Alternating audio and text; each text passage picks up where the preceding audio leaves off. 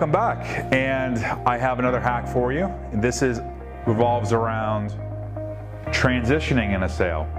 This is one of the best ones because it really starts to illuminate some of the self-limiting beliefs that are actually underneath this stuff, which is the most obvious thing.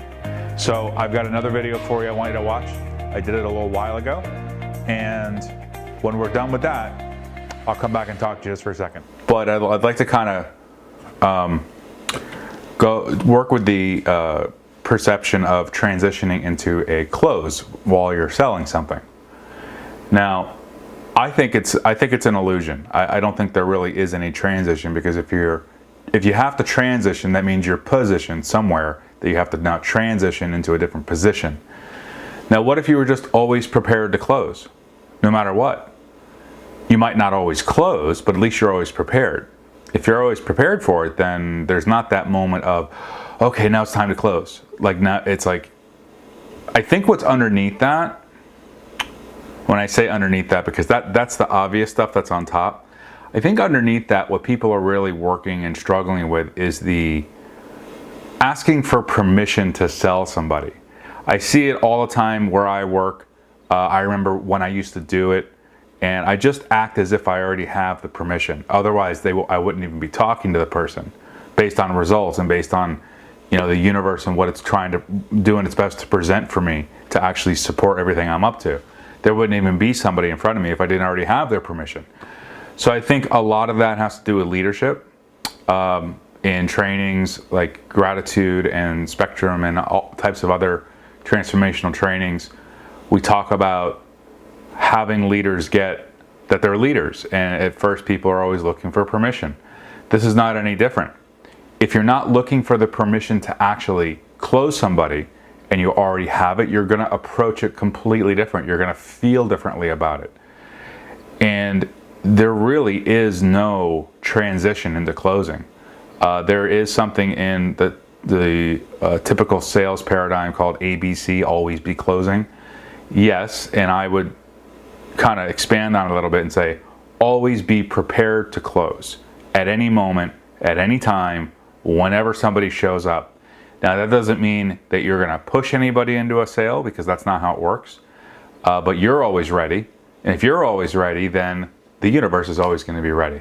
So it's not complicated, but I think that's what's going on at the heart of it, is that people are looking for the permission to then close and sell people. They do this really great, you might want to call it enrollment process, because that's really what it is. And the enrollment process can be done an unlimited, infinite number of different ways. The point is this: you can do it in a way that has you need to transition into a close and need the permission to do that, or you can already be in that. You're beyond the transition. Before you even start the conversation with people, you're beyond that. You're already over that, beyond it. It's behind you. And really, you're just, is the person ready to close or not? And you're just facilitating that process. So I think that's a really great way to see it, because again, one of the biggest questions is, Matthew put a post out not too long ago, and he talked about this, where people are presenting their product, presenting this, presenting that, and then there's this transition into a close. No, it doesn't really. That's like one of the most ineffective ways I've seen, because then it turns into a pushy sales thing. Like you have to do something differently. I think if you're just ready to close all the time, it just happens organically and naturally. And the person that you're closing or selling or enrolling, they may or may not be ready to close, but at least you are. Okay, and that was transitioning a sale, and a lot of powerful information in that one. I love that one, because it really starts to speak to the lack of leadership in our society. Now, this one, asking for a sale, I'm going to just connect these two because they're very similar. We like to make them different, but they're really very similar, because what we do with the mind is we'll make things complicated. We'll have different things to focus on, when underneath it is usually like one or two core issues. So asking for the sale, I have another video for you to watch, and I really hope you enjoy this one, because it's very similar to the last one. There's a few extra pieces I put in there, but it's good stuff, so enjoy that. Thank you. This next piece is about asking for the sale. And I think it's really great because it's very similar to the other one about transitioning to a sale. And I think it's the same thing. And I'll kind of recap a little bit with what that was about. We uncovered that it's not necessarily there's a need to transition to do something else to actually close somebody. And that someone's actually underneath that looking for permission to sell your product, close the deal. So if you have to do something differently than the presentation process, because it's like usually there's this period of presentation or enrollment, and then there's this separation in the mind where now it's time to close. What do I do differently? And then it gets pushy. That's typical. Salespeople get a typical bad rap with that. Now, a new way to see it is, and this is specifically about asking for the sale. I think asking for something, and there's nothing wrong with asking for what you want. I mean, if more people did that in the world, we'd have a lot less conflict if people just asked for what they wanted. But let's keep it strictly to sales.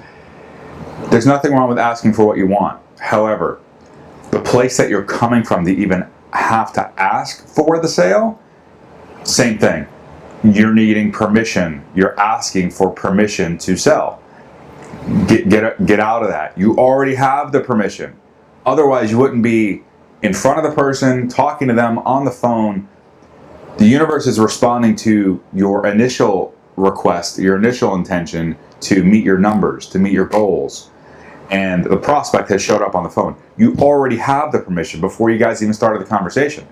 So I think just to shift the mind around how to see asking for a sale. Of course, you still need to make that offer, but that's I have found personally that it's a way more effective and easier, you might want to call it transition, but it's really not. It's just part of the process. You must offer to help them into the service that you're offering. At some point during the conversation, you may do it more than once. As a matter of fact, I do it sometimes depending on the person I'm talking to, because I can gauge, is someone serious, is someone this, da, da, da, da. I'll create a divergence in the conversation, create a fork in the road, kind of like a flow chart. I will actually ask them, are you just looking for information today, or are you ready to set something up? And I kind of give them the opportunity, it puts them on notice. And I'm not concerned too much with what they say, as long as they say something, and I pay attention to what they say, but I don't hold them to it, because by the end of the conversation, they may have said, I'm just looking for information, and at the end of the conversation with me, they're actually ready to buy. So, but it does create, it's a qualifying question. There's nothing wrong with asking, I want to make sure I'm helping you properly. Are you ready to set something up, or are you in research mode and things like that? So you can do it throughout the conversation, but you might want to, what we can do is change the wording, because the language is really going to have your come from be different. Let's not ask for the sale anymore. Let's just offer to help them close and see if they're ready.